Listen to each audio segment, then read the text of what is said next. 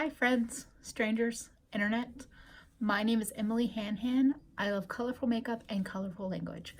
Today we're going to be doing a little bit of a get ready with me featuring my Duping the Vibes Vintage Rose palette and some rosé. I created this palette of single eyeshadows inspired by the Give Me Glow Vintage Rose palette, but also done in a way that I would prefer. This is a little bit larger of a palette than the Give Me Glow palette. That one had 8 colors. Here we have 12.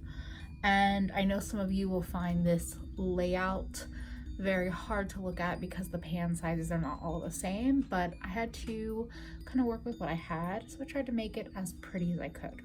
I'm definitely not going to be using all of these colors today, but I do want to work with them and also, you know, give you all a little bit of an update about my life. So let's just stop the intro blabber and jump right into it. This is a full like get ready with me, so we're starting with base. I really though am doing the full get ready just to chat and talk to you all. I actually recorded a get ready with me probably about a week ago, and I had total intention to post it. Now that I've been creating videos for a little while, I'm starting to understand like what other creators say when they say something like, oh, I recorded this video, but you know, so much time has passed, I don't feel like I can edit it and still have it up and feel good about the content. I definitely think there are ways to pre-record in ways that make sense, but sometimes it just doesn't feel right.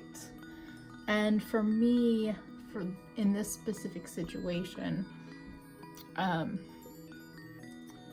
I got emotional in the recording process. I'm still going to be talking about the same topic, but I felt like that I perhaps gave away too many identifying details for other parties involved. And because another party that's involved is one of my dear friends, I didn't want to put anything online that would perhaps exacerbate the situation. So I'm going to talk about the situation, but this time I'm going to try to be just a little less detailed. When August initially started, I thought it was going to be a very quiet month. I didn't at that time have any catering work booked. I just had my freelance jobs, and you know, that was that. But pretty soon into August, my friend was like, hey, there's an opportunity. Do you want to do this? And the opportunity involved going outside of the city, going to upstate New York, spending some days up there, and working on this wedding catering job. And I was like, traveling for work, I'm into that idea. I know it's not always, you know, glamorous or fun and games or anything like that. I get that, but I'm 34. I haven't really had many travel work opportunities, so I'm down for it. I'm trying to enjoy it when I can. And it was a really strenuous couple of days. It really was. I have some experience going into it, so I had a sense of what I might, you know, what might happen. But basically, you know, the catering job was going to be tiring. I kind of knew that, having worked that span of days before in a catering kind of job. So there were some things that happened that were totally expected, but without revealing too much, the whole experience, it was amazing, and I'm so me for my friend. But how do I say this? The job showed me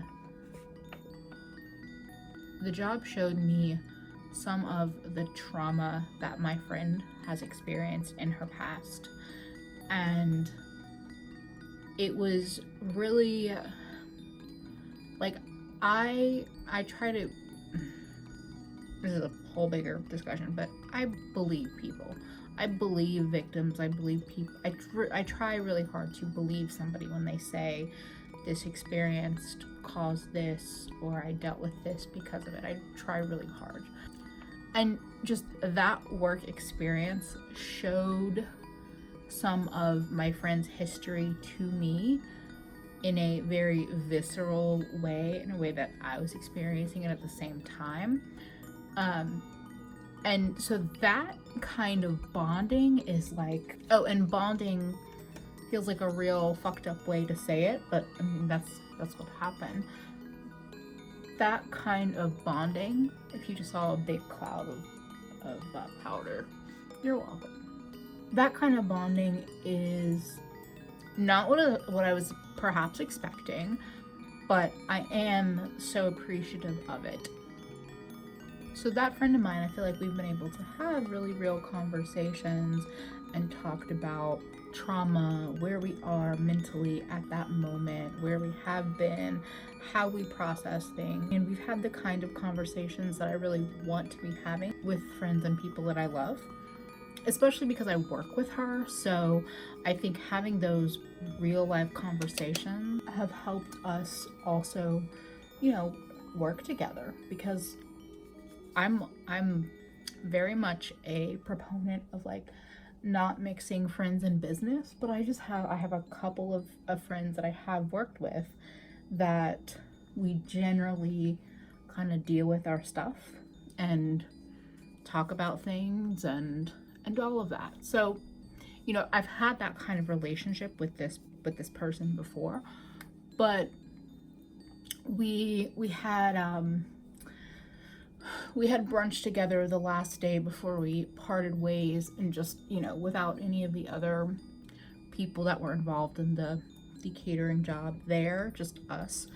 And we just kind of talked. I mean, we talked about the experience, just kind of hoping, and not hoping, but being very aware of like what we experienced and what we saw, and making like a vocal decision as two friends and two colleagues to like never get there. And if either one of us got there, to be like, hey, remember upstate New York? You remember it? Okay, like you're acting like that person that you didn't want to become. But that was like a week in August. That was a lot of talking around to a week in August. That was basically emotionally and physically exhausting, and like amazing experience. I feel like I grew as a person in the culinary field. I feel like I grew in my friendship with this person, and my ability to trust myself in seeing a situation and saying that's fucked up, instead of questioning it in the moment. I feel like that experience is helping me trust myself when I see something and feel like, is that fucked up or is that just me? Because I mean, so much of what I've experienced as a woman, as a girl, is that you shouldn't trust your gut. You shouldn't trust those feelings, because like, what do you know? And it's really detrimental, to be honest. It's really detrimental to not be able to trust yourself and trust that the things that you're feeling are actually like worth listening to. So I mean, I don't think I'm at a point yet where I can just be like, oh, I know when a situation is completely fucked up and I'm always going to be able to call it out. But that work experience definitely is going to help me. My friend was apologizing to me for like bringing me into this and all of this, and I just I can't even, I understand her apology, because a lot of people apologize for things that were not their doing or under their control. But I just, it's hard for me now, because I still do that. I apologize for things, and then later on I think that you didn't do anything wrong there. That wasn't your apology to like need to give. but I can see it in other people. And when I see it in other people, especially non-men, meaning women, non-binary people, transgender people, when I see it in them, it angers me more, because I'm like, you don't owe anyone an apology for that thing. Like, either you didn't do anything, or you literally just said your opinion, or whatever the situation is. Like, you don't owe an apology for that. But it can be easy to see it in other people, but hard to see it in yourself and like do the thing. Meaning not apologizing. Right after my catering job, I then went up to Albany for just basically an overnight, like 24 hours. I wish it had been long. So I went up to Albany and I met Lacey and I met Matt, her significant other, and just hung out with her for like a day, basically. That was amazing. And I've been able to build so many friendships through the internet, like from a pretty young age. I would say from college, even before college, but college was really the age where I could like have the friendship on the internet, but then also meet them in person. And I'm just so fucking grateful for that. And meeting Lacey and spending time with her was just such a delight. And yeah, and I've also, you know, especially I think in the last 6 months to a year, I've really worked on building more fat friendships, because I never realized quite how much I needed that in my life until I got it. Yeah. That's one of the things, is when I was in Albany, Lacey and I did record a video about body positivity and body liberation, and I feel weird even saying this, because I'm not saying this to put any kind of pressure on Lacey or to have anyone else put pressure on her, but I just want to say, like, we did record something, but I don't know if it will end up on the internet, because to be honest, people on the internet are assholes. And while there are some good ones out there, there's also some major terrible trolls, and sometimes you have to decide whether or not your mental health is you know, worth more than a possible video. But hopefully my goal is to get back up to Albany and then not only hang out more with Lacey, but maybe we can record some more things in person. But we were just talking too much. We were literally just hanging out, talking. I was using her makeup collection like a makeup library, so I could swatch things and look at things and talk to her about makeup and all kinds of other things. So it was a really, really lovely like cap on the previous long week. And I'm taking way too much time on my brows because I'm talking to you while I'm doing them. So that was like a quarter cup of Mario Badescu spray on my face just now. Probably regret this, but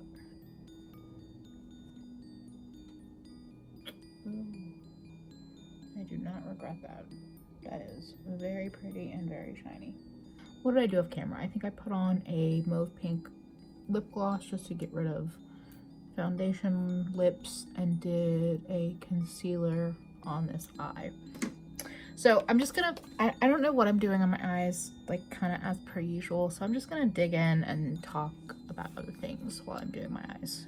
So meeting Lacey was amazing. Hanging out with her is so good. And I feel like it's so restorative to be able to spend time with fat friends, to be honest. And I was on an episode of the Half Cousins podcast with Lacey and Georgia and Hannah Louise Poston and Amy Loves Makeup, and that was also restorative. Like, really good episode that unfortunately you now fucked up and lost.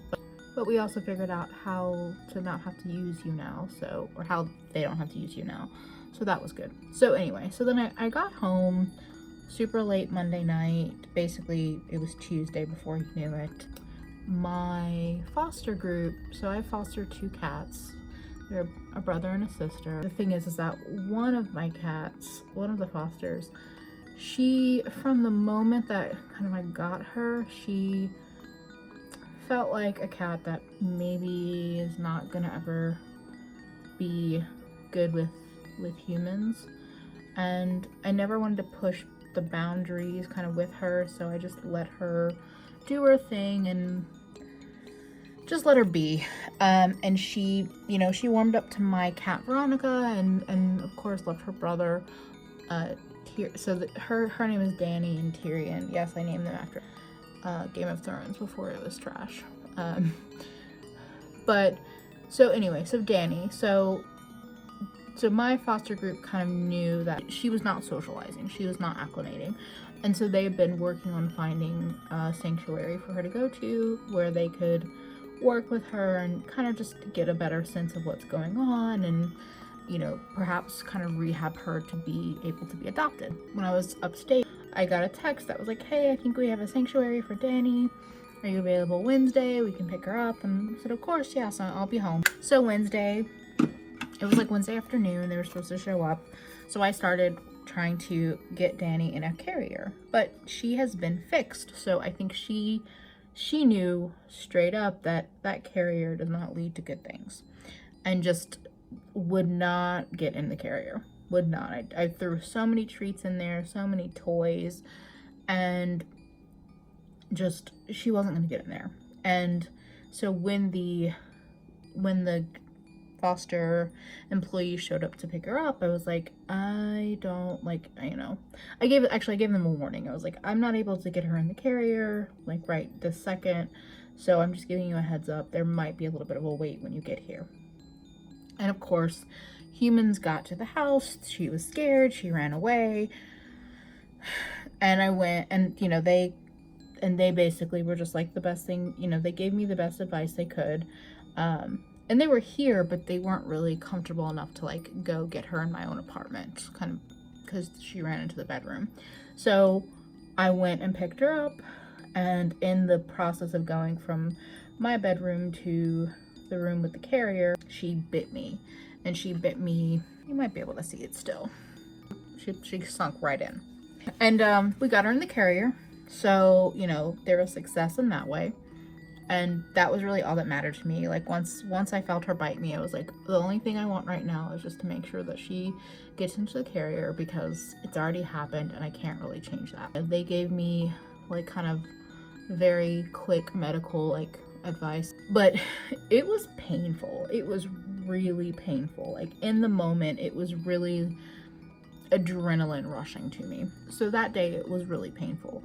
And as the day went on, there was initial swelling, and then it went down by the time I went to bed. And then I wake up the next day at like 5:30 in the morning, and my hand is in so much pain. And I'm not insured. I don't have health insurance. My last employer, their only options were astronomical. They were also a small business, so it was kind of what it was. And the system is just, right now I should look into it again, but when I was full-time employed at the bakery, the system was just way too expensive for me. There was all this stress about like, do I go to urgent care? And let me tell you, that stress, besides the physical pain of the situation, that stress is so difficult. So I also struggle with, you know, anxiety about going to the doctor. I was really sitting there like, do I take the chance and go? Do I, you know, not go? Google doctor is oftentimes like overly scary for no real reason. And I kind of, you know that, I understand that. But there were so many people saying like, no, for real, don't take a cat bite, like jokingly, like don't take it lightly. It's not, it can be a bad situation. So I just kind of knew, like, I was like, I can't sit here and just act like it's all okay and, you know, it'll be fine. I just had that feeling, like, I can't do that. Especially because the next day it felt worse, and there wasn't any magic like, put this special ointment on your hand and here's a homeopathic fix. There wasn't anything there. So I found an urgent care in my neighborhood and made an appointment for basically 24 hours after the incident, and like almost $300 later, I had a tetanus shot and a 5-minute conversation with the doctor and antibiotics. I am very, very, very happy that I went. I am. But it's also like, it's not even shocking to me. It's not shocking how expensive things are, because I'm very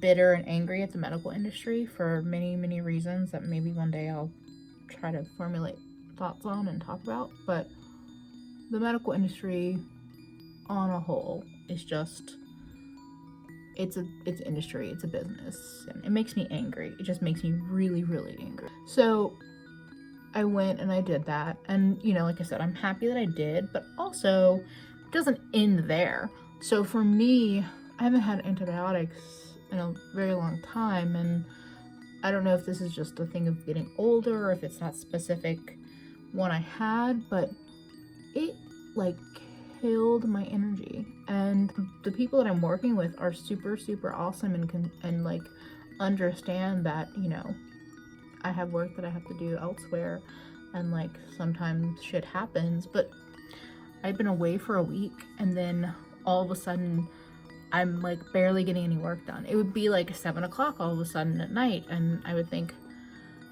I've done like 30 minutes of work, but I've spent 6 hours trying. So yeah, that was basically, that was last week. No, was that last week or 2 weeks ago? I'm not even sure. But that was the week after. Yeah, that was the last night of August, basically. That's literally how out of it I am. I'm like, what day was that? When was that? So yeah, anyway, that has been basically the second half of August. And so even when I got back from my trip, I was like, oh, I want to record YouTube stuff, like it's been so long, you know, but I couldn't do it. I just didn't have the energy, or things that I had recorded, I didn't have the energy to edit. So yeah, it's been a struggle. Like in all, of course, life is fine. It's good. Like I'm gonna be just fine. But that doesn't mean it wasn't stressful, or, you know, that I don't feel like I'm like digging out of a hole or something. Yeah, I felt like this week, like really have buckled down and done work. And while there was really a lot of YouTube videos I wanted to record or things I wanted to edit, I just needed to prioritize, you know, the things that are currently paying my bills, because I definitely want YouTube one day to make me money, but it's not. So I gotta just do what I gotta do. Wow. So that's a look. That is quite a look that I was not paying any attention to while I was doing. So I hope you enjoyed that. I've been like talking and drinking. I've been talking enough. We're gonna do the mascara and other eye off camera, and we'll be back to wrap this baby up. Okay. So this is the finished look. I switched out the lipstick to kind of coordinate with the eyes a little bit more.